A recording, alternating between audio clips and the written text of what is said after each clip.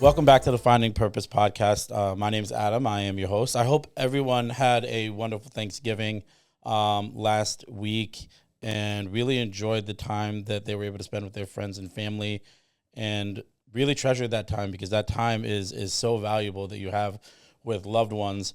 I also hope that you enjoyed my intimate conversation with my best friend, Joe Fortunato. It was really important for me to feature Joe so that my viewers would have an inner viewpoint of really my childhood and growing up and what it was like. And it was a really personal episode, and I really appreciate whatever feedback that I received, and I hope you enjoy all these other episodes. But I am starting off December with a kick in the ass with my boy Dave Regina. Dave is the deputy commissioner, the deputy commissioner over at the town of Greenburgh, New York. He also is the host of the No Snooze Podcast and co-founder of Ace Sanctuary with Sean Degnan, who was on a previous episode.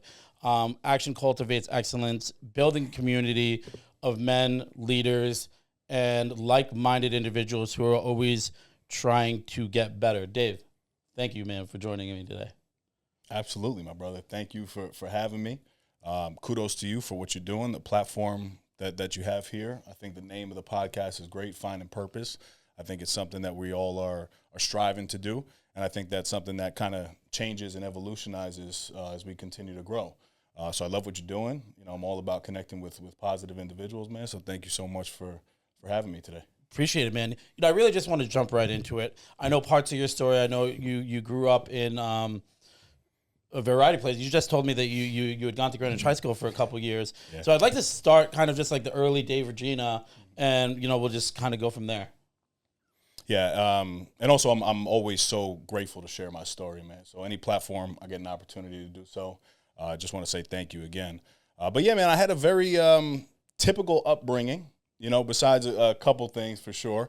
But I started out in Mount Vernon, New York, and my family did move around a lot. I'm one of three, two incredible parents. You know, mom struggled and had her certain battles throughout life, which consisted of, you know, alcohol and drug abuse as well.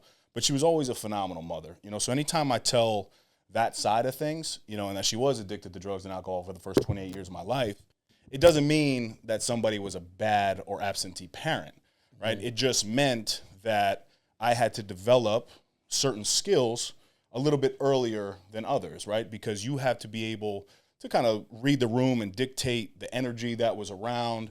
You know, and I saw things a little bit earlier than most. Yeah. And, you know, at first, when I first started podcasting, you know, that was something that was very debatable to kind of talk about. You know, but the silver lining in all this is my mom specifically. She's my hero, man. She's you know, a best friend of mine. She's been sober 6+ years now. So shout out to my mother. Huge influence. And also my father too, man. He's the one that taught me the grind. Mm. You know, he worked harder than, and still works harder than any man that I know. So, you know, also me now as a father, I have a 4-year-old daughter, Callie Michelle, who, you know, is my pride and joy. You know, I'm very blessed because I was raised by really good parents. And, you know, sometimes it gets lost. It's like, oh, you know, you had a parent that was, you know, working all the time, and then you had a parent that was addicted to drugs and alcohol. Doesn't mean that your upbringing was bad, right? It was just a little bit different than others. And with that, I did move around a lot. You know, and that was something, because my dad was always working and we were trying to find our way. I was in Mount Vernon, at a couple places over there. And then I was in Greenwich. I think I moved probably 4 times. Throughout Greenwich, right? And Greenwich is made up of a lot of different areas. So I probably moved 4 times in Greenwich. Then I was in Stanford for a little bit. Okay. You know, and that was also something that taught me a lot, man, like adaptability, right? And, you know, what I want from my child is, you know, a stable home and not having to move around so much. But really, I think it taught me a lot more positive things than negative. You know, it might have been annoying to get up after year and kind of move. But we always had food on the table, always had a roof over our head, always lived in a great community, whether it was Mount Vernon, New York, or Greenwich or Stanford, wherever it was. And I leaned a lot on programs, activities, and services within each town that I was a part of, which also was a huge influence for now what I do in Greenburgh.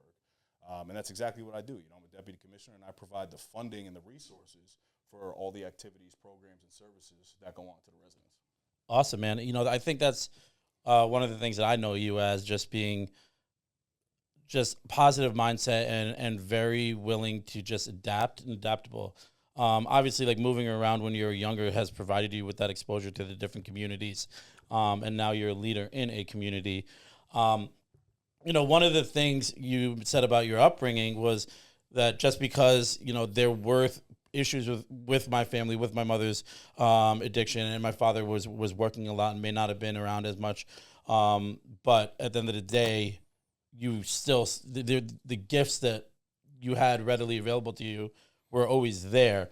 Obviously, like, I am a person in recovery, and one of the things that I've had exposure to was like adult children of alcoholics, and how that has been something that it's a growing field.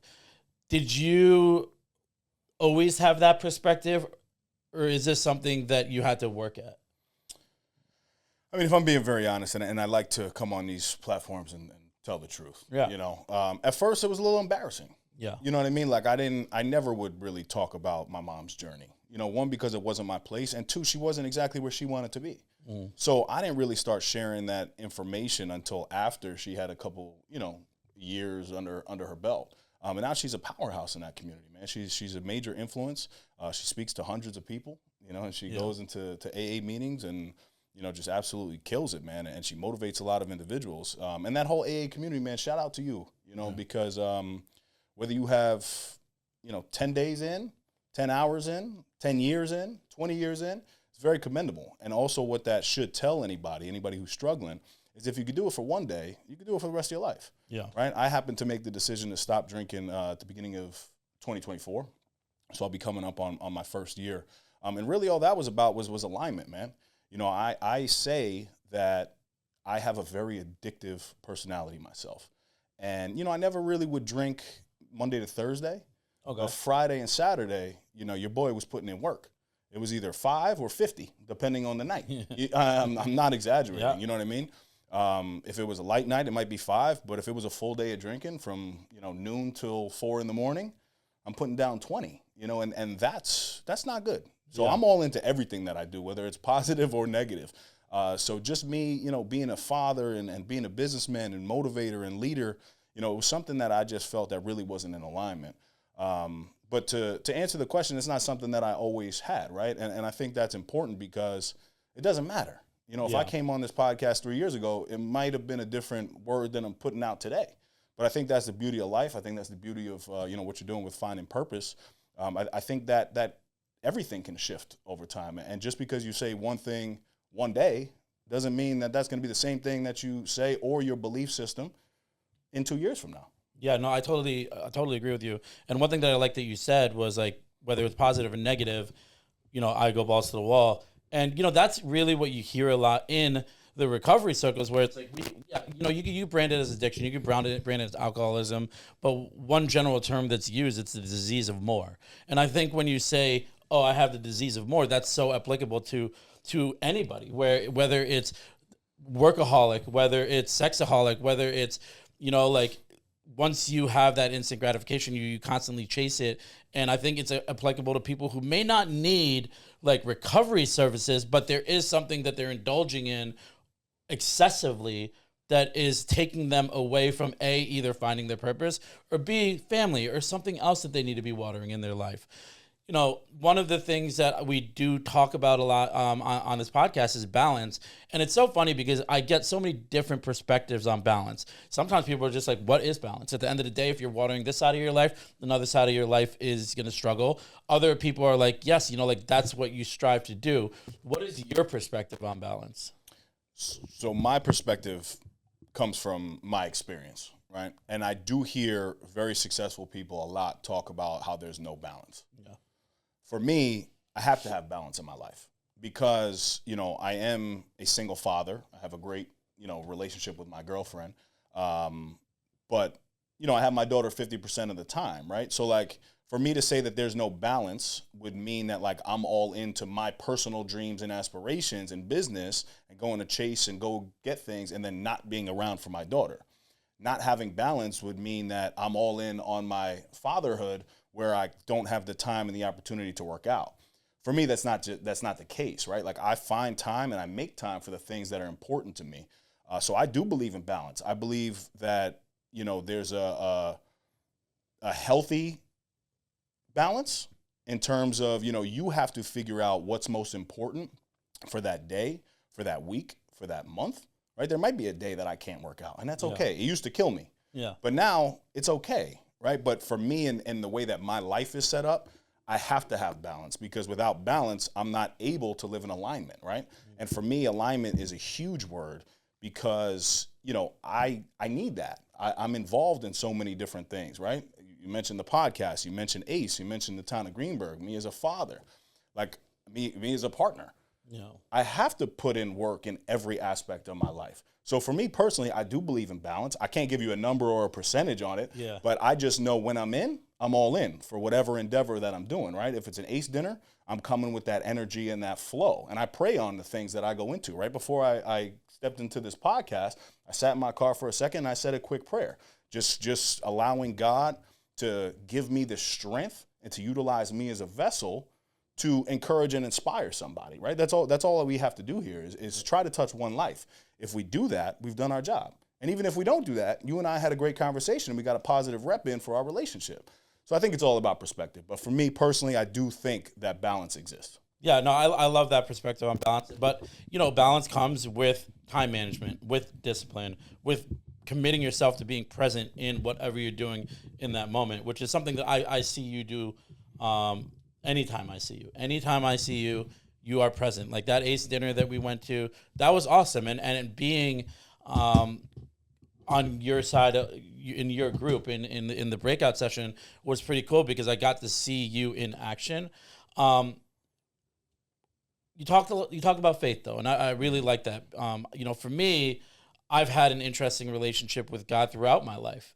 Obviously, like any relationship, it's going to evolve. I was raised Jewish, so it was traditional Jewish values, and there were things that pushed me away from my faith. Really loss of my mother, which was really the glue to our traditional Jewish faith, allowed me to separate from it, and then kind of neglecting God and turn my back on God. And now I really believe that, I turned my back on God, but God never turned his back on me.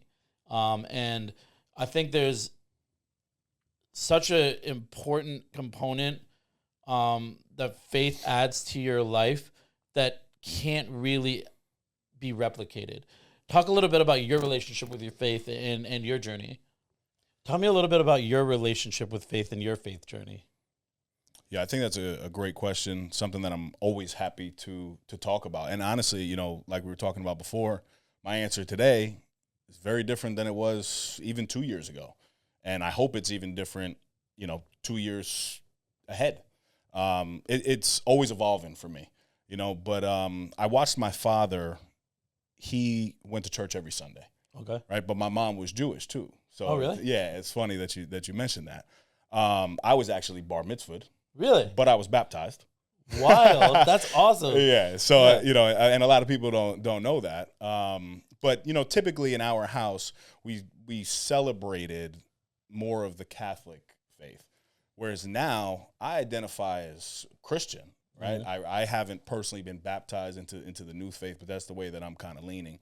And years ago, man, I had a couple experiences, one specific with my mom when we were really trying to help her out. I remember saying to her, unless a higher power can save you, there's really nothing that I can do. And long story short, she ended up falling asleep, and I actually thought that she was gone. And she woke up that next morning, and she said, "David, listen, I'm ready to get sober." So that was a moment when I was 27 years old. I was like, "Oh wow." That also happened to be one of the worst years of my life. Right? I got married when I was 24 years old, divorced now, but when I was 27, I thought I was the man, right? Like I should have been home taking care of certain things, but Dave Regina was out in the clubs. He was out drinking. He was traveling to Miami for the weekends. So I didn't really have that relationship, but then it clicked for me. And I started to slowly lean into that little voice.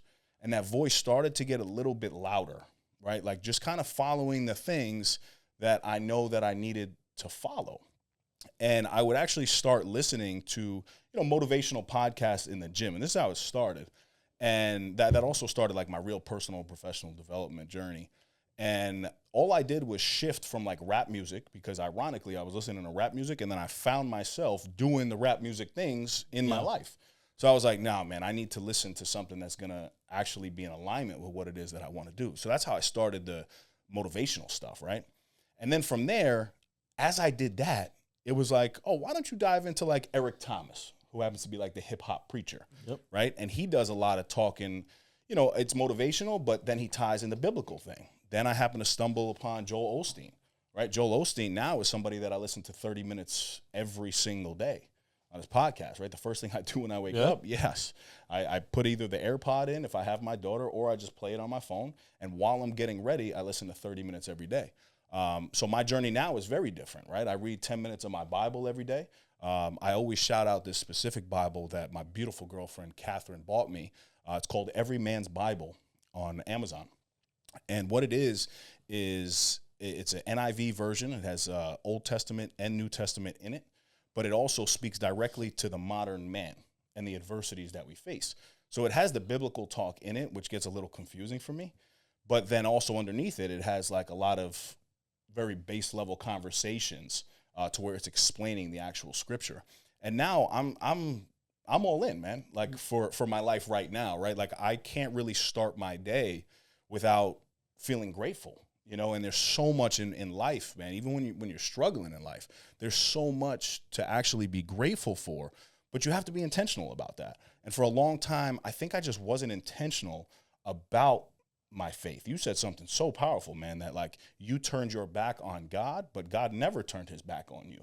And that's so true. Whether you pray to Allah, to Jesus, to any God, right? Like any higher power that you believe, I believe when you seek that and you put that out in the universe, that higher power is going to meet you and it's going to guide you. And I do believe that we all have that little voice in our head, man. Like, whether you look at it as God or, an angel of yours, whether it's a parent that you lost, a dog that you lost, anything, right?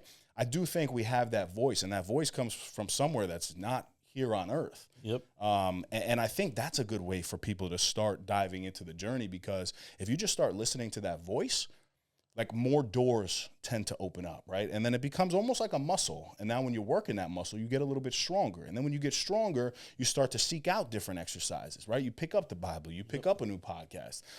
So hopefully that answers the question with where I'm at with faith. Totally. Well, I mean, I think that's how like a journey evolves with faith. And, if I really dissected my relationship with faith earlier on, the only time I ever really reached out to God was one of those foxhole prayers and shit's going down and you're like, God, please, get me out of this and I will do this. Very quid pro quo, transactional relationship with God, where it was just like, hey, release me from this pain that I'm feeling. And, I'll never do this again. Or, that kind of thing. As of now, I don't really ask much from God as much as I thank him. And I think like when you have that kind of shift where it's like, God's not going to do me favors if I don't want to take action in feeding my own faith and being good in my decisions and in my intention, and gratitude. Having a sense of gratitude when it comes to God is important, because then for me, and I'm sure with your mom being in a 12-step program, the relationship with God or a higher power, as they say, it's like you turn your will over to them, where it's like, hey, listen, and a lot of my folks who are in a 12-step program are going to understand this. And I think a lot of people will be able to relate to it, where it's like, my best thinking, this is where it got me. So I need to, get in the passenger seat, let God get behind the steering wheel, and trust that he'll lead me down a better path, because my best thinking didn't. And that's kind of where my relationship with God is now, because I can't just ask him for things and expect them to just materialize. I also need to make the next best decision, where these things and these gifts start to just show themselves. And sometimes, for me, like having a sense of gratitude was huge, because if I'm grateful for what I have, then I'll appreciate little signs.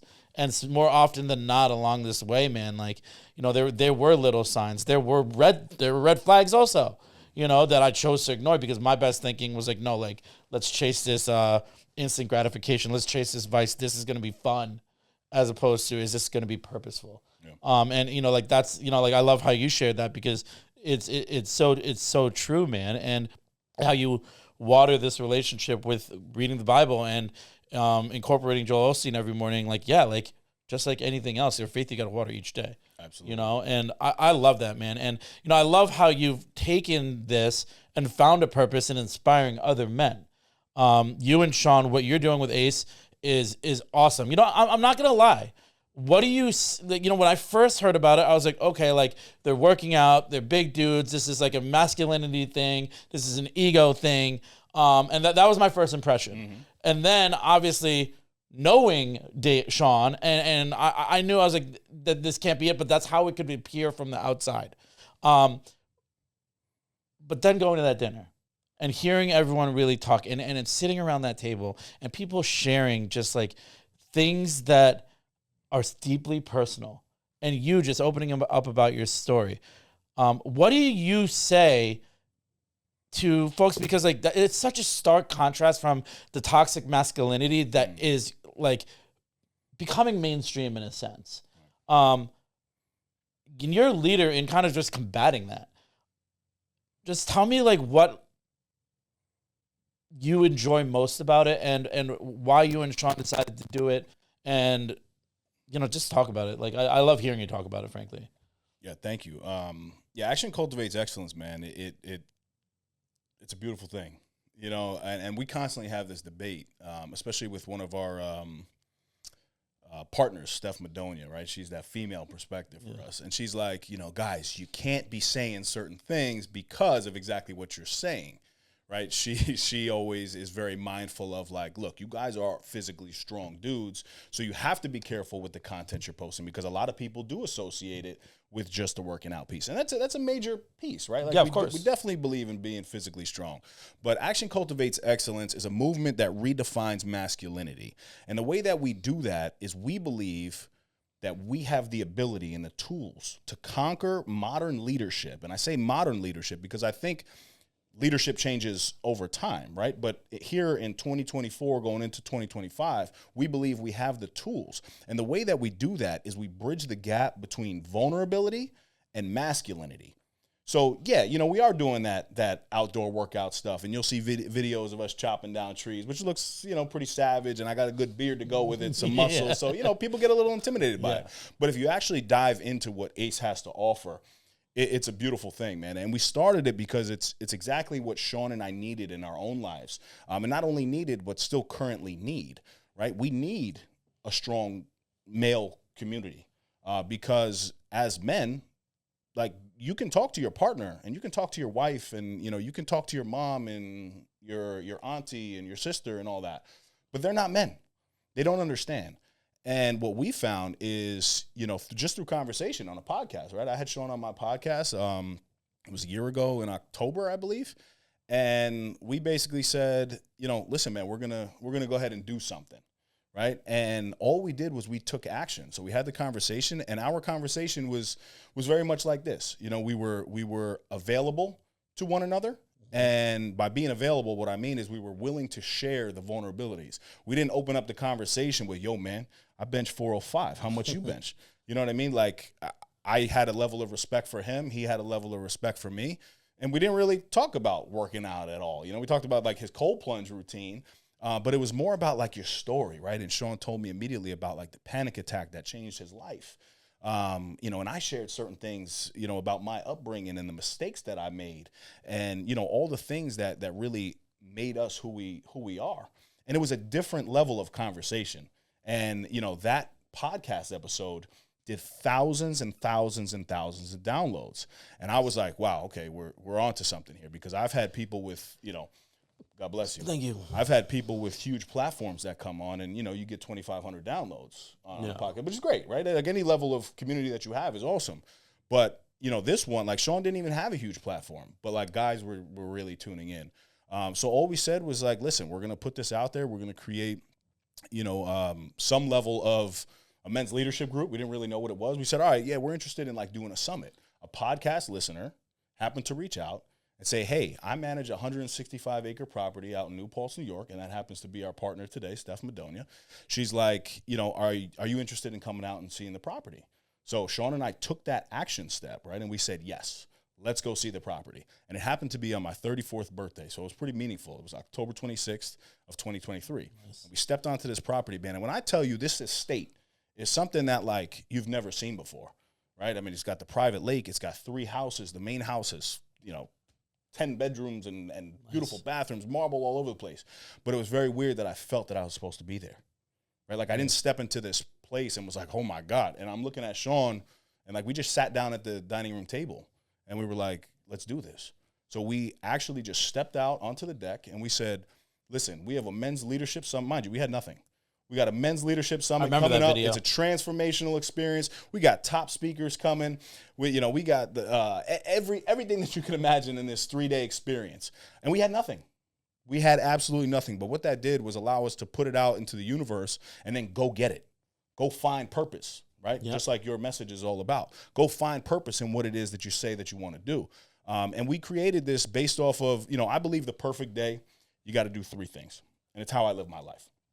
I have to be challenged, I have to learn something, and I have to serve. And if I'm not doing those 3 things, then I'm not at my best. So we took that, and Sean was like, wow, like I kind of do that in my own life as well. I just happen to be the wordy guy, right? Like I tend to string good words together, and Sean's like, oh, hell yeah, that's what we're calling it, right? But my ideas are not like these great, ideas that nobody had. We just happen to have the ability to like put words together, and it's simple. It makes sense, right? And then like everybody likes to talk, and that's great. Yep. But you can't do anything without action, right? So we said, okay, action cultivates excellence, right? If you want to be excellent, you got to take action. So that's all ACE was, and that's how it got created. And a year later, it's kind of crazy, man, because, this thing had generated 6 figures in less than a year. That's awesome. You know what I mean? And not that money went in our pocket by any means. Yeah. Please, I wish it did. But, being able to generate 6 figures in less than a year is really special, and it's not about the money because, again, one, that money is not in our pocket. But that means that you have something real. Guys are willing to invest, whether it's $50 to come to a dinner or it's $3,000 to come to a summit, right? Like, guys, they need the service, and we're very quick to, spend money on stupid things and, a Louis Vuitton belt, with, I love too, or a nice watch, I get it. But, we have to invest in ourselves. And, that's how ACE kind of came about. Yeah, no, I mean, I love what you guys are doing. And, I love the vulnerability component with the masculinity. And, it's funny because when I was sitting in that dinner, I was like, I bet you outside of this, when people are in their professional roles, it's a very different person that you're going to see. Because at the end of the day, on a business component, you need to be you need to have that edge. You need to have that ego. And then, but when you're in that act for as long as you are, because, that's not the men who I saw at that dinner. I saw them for who they are and what they were going through and their emotional roller coaster that they were trying to navigate. But they're all successful businessmen and they had that killer instinct. And I think providing them with a channel to kind of offload that makes them more effective in their professional role. So that service alone is amazing that they get out of just being in that community that you've built. Where do you see ACE going? And do you plan on expanding it to females and having someone run like a wing of that so that women have that same thing? Because I think women have their own, I don't want to say issues, that sounds so bad. Women have, you know what I'm saying, though? Like women are carrying their own emotional baggage also. And sometimes they are a little more willing to be vulnerable, but they're also have the same things that we got to deal with, where it has an image and it has a professionality and it has the real life components of it. What are your thoughts there? Yeah, so I don't want to disclose too much yet because, Sean, Steph, and I, we actually have our sit down coming up after the summit, you know, and it's right around Thanksgiving time. Like, we're talking about holiday season, so we sit down and we actually map out the 2025 goals. But with that being said, I will share that, you know, the conversation of ACE women has been tabled a lot, and the reason why it's been tabled, because Sean and I were very against it. I'm like, y'all want to hear from the divorced dude, like, talking to women, like, you know what I mean? Like, that's not really what I was trying to do by any means. But what we kind of came up with is so many women, man, they actually backed us, you know, and they want their men to be strong individuals. And then we started doing the co-ed workouts where so many women were involved in it. And then exactly what you were saying is so true. You know, I thought, and I think a lot of people would think this, that there's a lot more available to women than there is men in the vulnerability space. But apparently that's not the case, right? And it's not structured the way ACE is structured, right? Based off of those three things: challenge, learn, and serve. And a lot of women have come up to us, and, you know, I get DMs all the time, and Sean does too, and Steph does too. You know, hey, when are you guys branching off to ACE Women? So it's definitely, you know, on the table for sure. And then ACE itself, you know, we plan on branching out and doing summits in different locations, and you know, not just in New York, which is a pretty cool thing. And really just seeing where God takes us, right? Like, we listen to that little voice, man. And Sean's father, you know, who happened to pass away, actually. So like I said, we booked that location on October 26th. I believe his father passed away November 1st. Yep. So I was really expecting Sean to kind of bow out, and not in a bad way, but just to grieve, right? Like, just to take time. 2 days later, Sean hits me up and he's like, yo, man, I'm all into ACE. Like, this is something that my father was so supportive of, and you know, I need to do this for him. So his father has become like a driving force for not only Sean, but the entire team that's behind this. And, you know, we listen to that voice that's there, and we believe that, like, you know, when he talks to Sean and Sean comes back and says, listen, like, this is an idea we want to run with, there's no concept that's too big for us. And, you know, anything that gets kind of put out there, we're going to chase it. Love you that. Know, so I don't have any specifics on, you know, the locations and stuff like that. But I was trying to get some breaking news. But we're growing. We're growing. Well, you know, one of the things that you said is super interesting is that women reach out to you and ask you to essentially bring in their partner, and that is such a powerful thing, and it really opens up this another all-encompassing kind of question: is why do you think men are in this place where even their women are like, hey, listen, like, you could benefit from this? Maybe talk about, like, the pressures that men face that, like, they're not addressing, because I think it is a huge issue. Yeah, I think it comes down to its simplest form. And I like to be simple. I think earlier on in my, you know, career, I was very wordy with things. Yeah. Right? But women want their men to be leaders. And now they want their men to be leaders and protectors and providers, but they also want them to have the ability to be vulnerable. I think the challenges that men face, again, I can speak to my challenges. I felt very unable and unsafe to talk about my vulnerabilities because I thought it was demonstrating weakness for a very long time. Whereas when, you know, I started getting involved in therapy at that age of 27 too, you know, I'm a huge proponent of mental health and therapy. That was the first time I was really able to get vulnerable.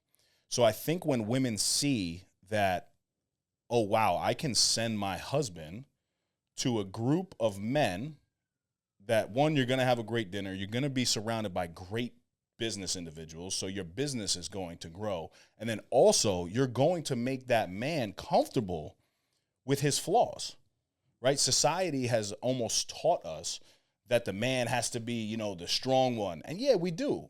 But there's nothing that says there's not strength and vulnerability. Yeah. Right? There's major strength and vulnerability. We had somebody actually, their wife sent them to the summit, paid thousands of dollars for their husband to come. And the husband was like, I'm not really trying to do this. And that man had a full breakthrough experience and was like, yo, I love this. I'm all in. But the reason that I came was because my wife kind of put me here. Right? And now full circle, that man's business has exploded through ACE. Right? Like, that man opened the door for him to be vulnerable and then share the services that he provides. and then it came back in a financial standpoint.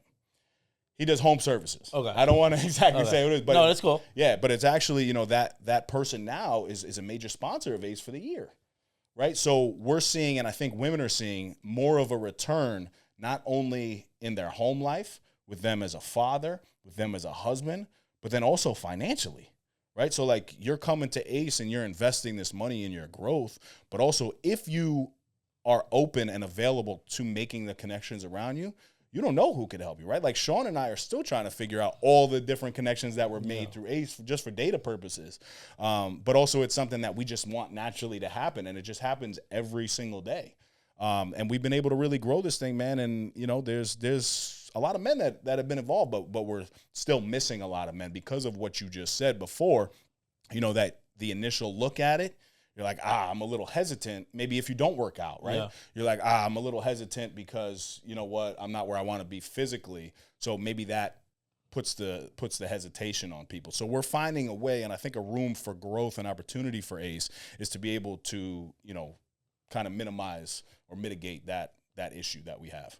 Yeah, I mean, I think one of the things that you guys definitely offer also is, I think any relationship, whether it's with a parent, whether it's with a spouse, whether it's with a coworker, well, maybe not a coworker, but like family or spouse or close relationship, it's that emotional availability and the emotional intelligence that I think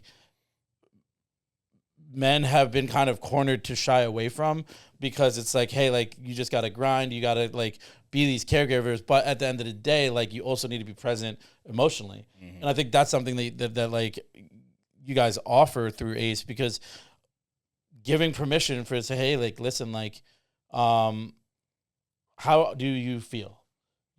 And I think like a lot of the times we're so just like, I'm fine.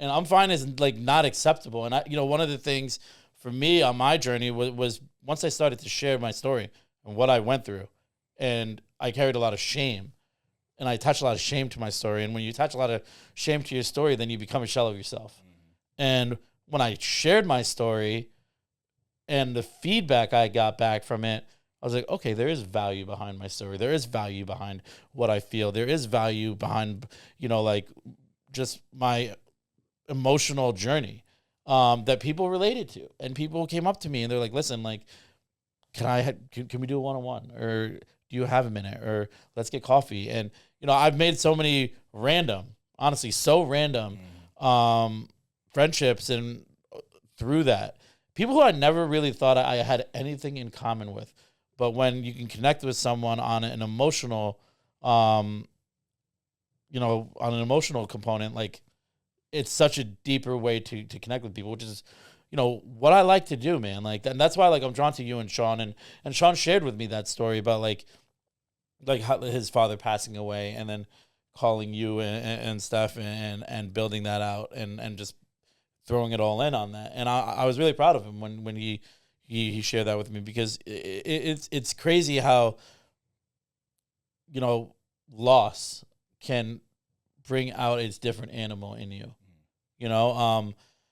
What about you? Like, when was like that turn? You talked about going through the divorce, and obviously now you're a father. Mm-hmm. All right. I see the way you are with your daughter. I think it's great. Like, just like, it's just like you could see how present you are in her life, but in that relationship. What are the biggest gifts that you've gotten out of fatherhood that really motivate you? Great question. It's a thoughtful question. And as I'm trying to put together my thoughts here, the one thing that constantly comes to mind is, it's a gift of gratitude and impact. Like, you get to see exactly what you pour into this little human come out into the world, right? So I do a daily prayer with my daughter every day. Dear God, thank you for my family. Thank you for my friends. Please keep us safe. Please keep us healthy. I miss you, Chi Boy, because her dog died. Right? That was my dog, and his name was Chance. She calls him Chi Boy. And we say amen. I started doing that when she was 2 years old. right? And she just wrote me a birthday card, and it said, and she wrote this: "I love you forever," and a kiss. I don't really know what that means. "Have no fear. God is here. Love, Callie." Aw. Right? And I share that because I pour into my daughter in every way possible that I know. But any action that you're taking as a parent, these kids are sponges, scientifically proven, right? Up until the age of 7, that's the majority of how their brain is developing. So anything that you put, positive and negative, and believe me, I have negative moments too where I get very impatient. Yeah. I raise my voice and my daughter gets startled, and I hate that feeling. But also I do believe in a level of discipline, right? So, I don't want to get too into that. I don't hit my daughter by any means, but I do believe in a parent parenting. And even though my daughter is my best friend in the world, I'm still her father, right? So I think there's a level of respect that always needs to be maintained. But with my daughter, her name is Callie, right? So we also do an exercise every morning before school. What does Callie stand for? Kind, amazing, loving, independent. And I say, "You're a what?" And she goes, "A leader, not a follower," because Reginas are leaders, right? So I do these little things with her, that. and I've seen it come back tenfold, right? So I think to answer the question is I'm so grateful for the opportunity to be a father, and I want more children as well, and the opportunity to impact a little human and watch them grow, and see that you can really change the trajectory of this nasty, negative world by raising a positive child. And also, I think what it does is it prepares them for life. Yeah. By instilling these positive habits. And my daughter makes my bed. That's the other thing. She makes my bed with me every morning. She cooks with me. She cleans with me. We do it together. Because, parenting is hard, man. And parents only understand it if you're a parent. But there's a lot of tasks that need to be done. And a lot of the times, parents put off the tasks. They wait until their child goes to bed to handle certain things, which I certainly do at times too. But also start including your child in the little daily disciplines that you do if you want to reap the product of a positive child. Yeah. The unfortunate side of parenting is that innocence slowly gets ripped away because of school and the other influences, right? But even still, when my daughter gets, I'm sure she's going to get bullied. And she has this beautiful birthmark on her face that's a little bit discolored. Don't know if it's like a vitiligo situation, but, people ask her, "What's on your face?" Yeah. Just like that at 4 years old. "What's on your face? Why is that there?" And she says, "Oh, it's a beauty mark from God." So as long as, we're instilling that type of stuff, she'll be able to face, the hard moments. And also I think it's very important to have conversations with your child. It's very easy to go through a day and not have a conversation. But talking to your child really makes a difference. I always like to ask parents, like through your experience with your parents, what are things that you learn from now that you're a parent? I love this question because I either get a lot of distance from parents, or I get, my parents are great. These are the things I took, but this is how I would have done differently. So what's the question exactly? From your upbringing, what have you implemented differently than your parents may have? Or what are things that, you particularly make a point that Callie experiences that you didn't? That I didn't. Yeah. Okay. Well, I'll start with some things that I do because of them. Got it. And then I'll go into, but I think the importance of like a home-cooked meal is so important. And my mom did that. I see you doing that all the time. Yeah. Steak and salad. That's the way of the world, man. We love that. Yeah. But my mom always did that for us. Regardless of whatever was going on, she always made time for a family meal, and that's important. And it's not like, oh, go sit on the couch and eat. It's like, no, like let's sit down, let's have a prayer together. Let's break bread together, because I think that's a habit. Like nowadays, it's the phones, it's the iPads, it's the TVs, it's all this stuff. So that's something I certainly, adopted from my upbringing. But I also think the intention, and not that, I don't want to say that they didn't do this, but from my memory, I don't really remember being told all the amazing things about me as a child. Right? Maybe I didn't deserve it. Maybe I didn't deserve it. You know what I mean? But I think it's so important to lead with positivity, right? And I even do this in my work relationships, right? Like I lead a team of 25 full-timers in the town. We have hundreds of employees, obviously, underneath and scattered around, but I deal with the 25 main supervisors, and I pride myself on positive interactions, right? Like, because when that negative time comes and I have to come down with a consequence, would you rather a boss that knows everything about you, knows your family, knows your kids' names, brings you coffee here and there, like you guys break bread together, or do you want the boss that every time you go in the office, you're getting hammered? So I do the same thing as a parent, right? I build my daughter up.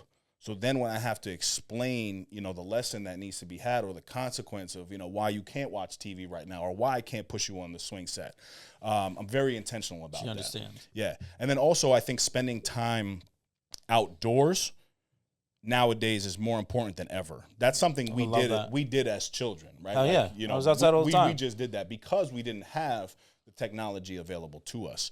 But I happen to be very fortunate to live on a block where I got 12 kids, that are Callie's age. It's a dead-end street. It's a blessing.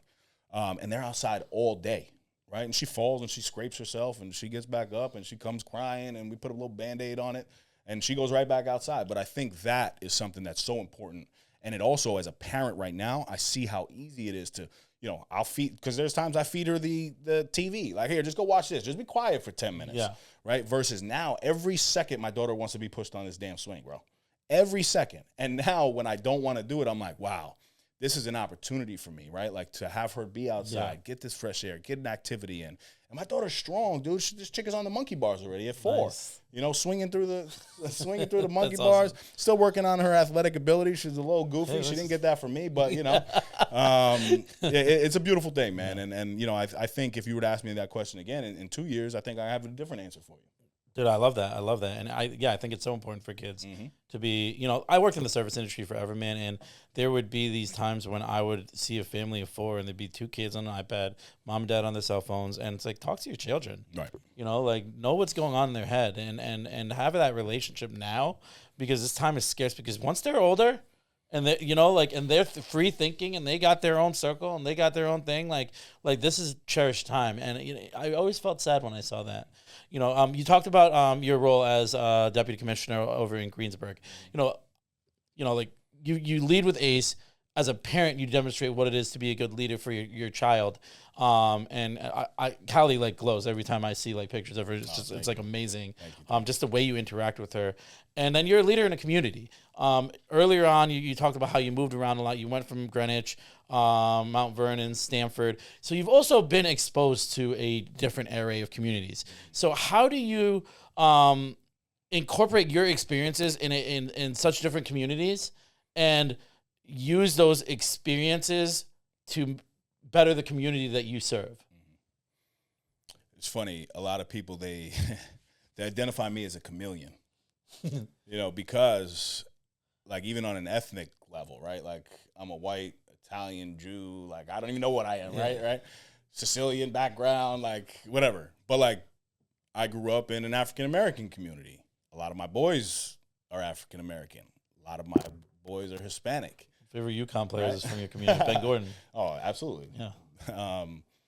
Huge product of Mount Vernon, by the way. So the one thing that I get from these communities, and then I went to Greenwich High, where you had the housing projects, which certainly exist in Greenwich, which people don't really know.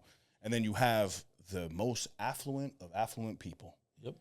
And I've been very fortunate, I think, to see that, because the one thing that I always found in my friend group, my true friends, right, whether it was from Mount Vernon, whether it was from Greenwich, whether it was at King. I went to King Lohayward Thomas, which was $40,000 a year, right? Obviously, my family didn't pay for that, but we had people that were paying $40,000 to go to high school at that time. I think now it's $55,000. It's crazy. Wild. So I saw a huge spectrum. But what it taught me was that people are people, right? And kindness and love, it doesn't matter. I used to have one of my best friends in Mount Vernon. His name was Kenneth Liz. I would go to his house, and his mom would make us salami and mayo sandwiches. And, I didn't know what that was. But the way she put pride into making this salami mayo sandwich, right, they were Dominican. Yeah.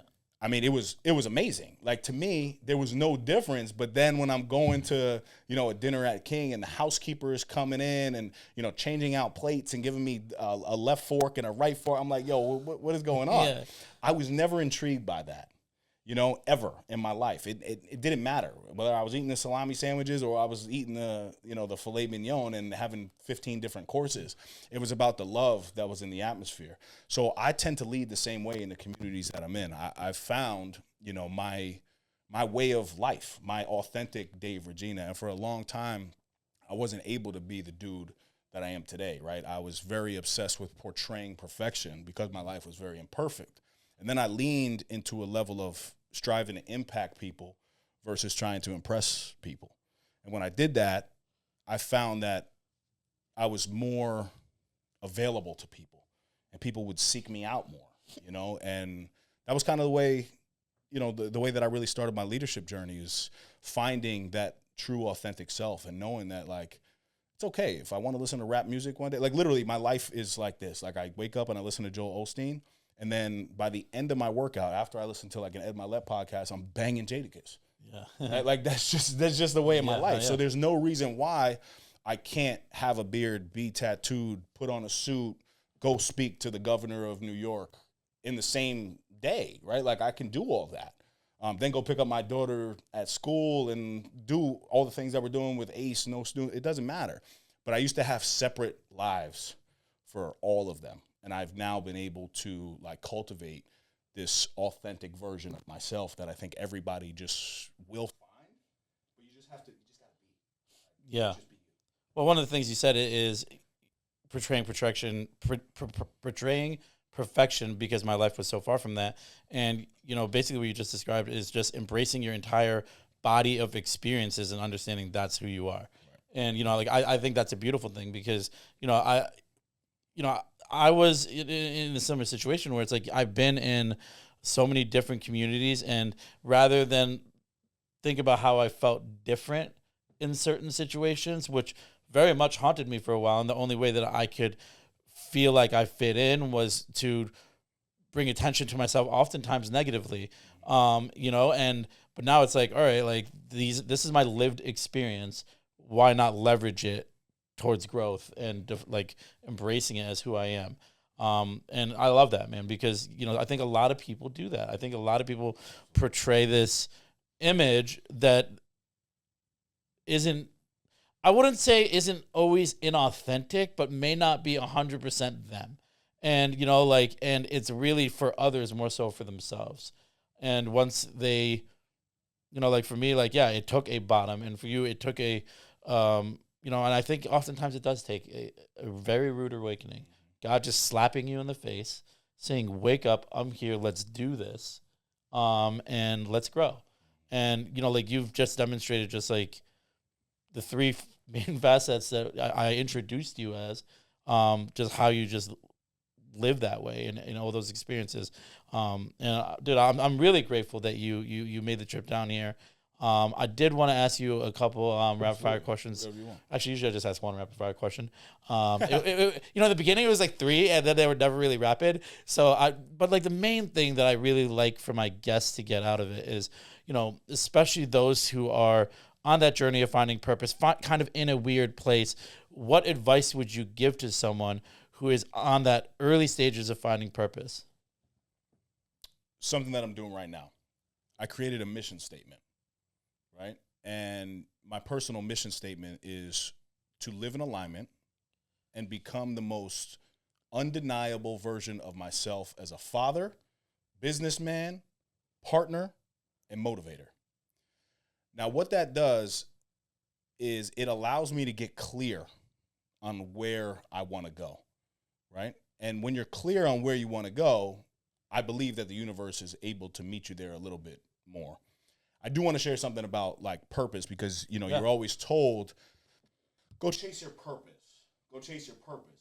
I don't really agree with that because I'm like, what is my purpose? Right? So if I'm somebody that's a little bit further behind in the journey, I think it's more about doing the things that not only you like to do, right? Because that's more of a hobby, but you do the things that you're good at.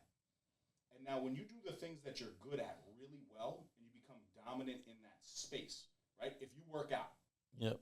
and you happen to have no purpose, but now you start to be a little bit intentional about working out, showing your discipline and consistency in the gym, right? Posting a workout video, trying to serve somebody and giving them advice. Hey, look, this is how you do a proper pull-up. This is how you do this. This is how you do that. What you're doing is you're sharing your knowledge with somebody, right? And then what's going to happen is somebody is going to take that and be like, yo, man, thanks so much for that.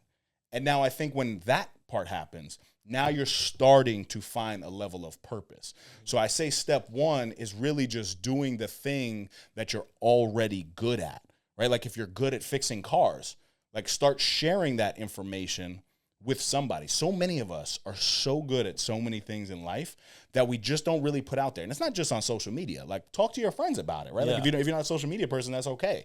But like talk to your friends about it, because you're going to see when you connect with somebody who's a little bit inspired by what it is that you're doing and the skill set that you have, I think that is what's going to ignite you to find a little purpose in your life. But I think the word passion and purpose, it's grossly overused today, because it's like, where do I find my passion and purpose?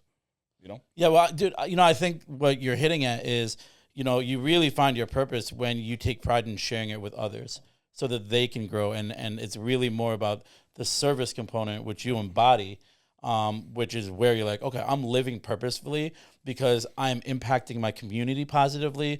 I'm impacting the people who I love most positively, and I feel good about this. I don't feel like I need to live in this in imperfection, as like you described before, and portraying perfection. I'm portraying me genuinely, and I'm impacting everyone around me positively. Yeah. And I think that's purposeful living, and I think that's what you just like you do on a daily basis, which is why it was really important for me to have you. Thank you. Here, man. I'd love for you to share with my audience what you have coming up next and how they could reach you. So the best way to find me, and the timeline of this is a little off, so that's why I'm careful with the words, right? But we'll have a schedule of ACE events that will be coming up. We don't have that solidified right now for 2025. But the best way to find me is on Instagram at Dave Reg, DaveRegg, or at No Snooze Podcast as well. Or you can follow our Ace Sanctuary page, which is just at Ace Sanctuary. But if you go to my main page, you'll find everything. There's a link tree there that can take you anywhere. But also I want to share, you mind if I just share something? Sure, absolutely. So it's something that I'm currently like dealing with on my drive here that made me think about something a little bit deeper. Cool. And I think I've been able to create this alignment in my life because of the systems that I have in place, right? I talk about systems a lot.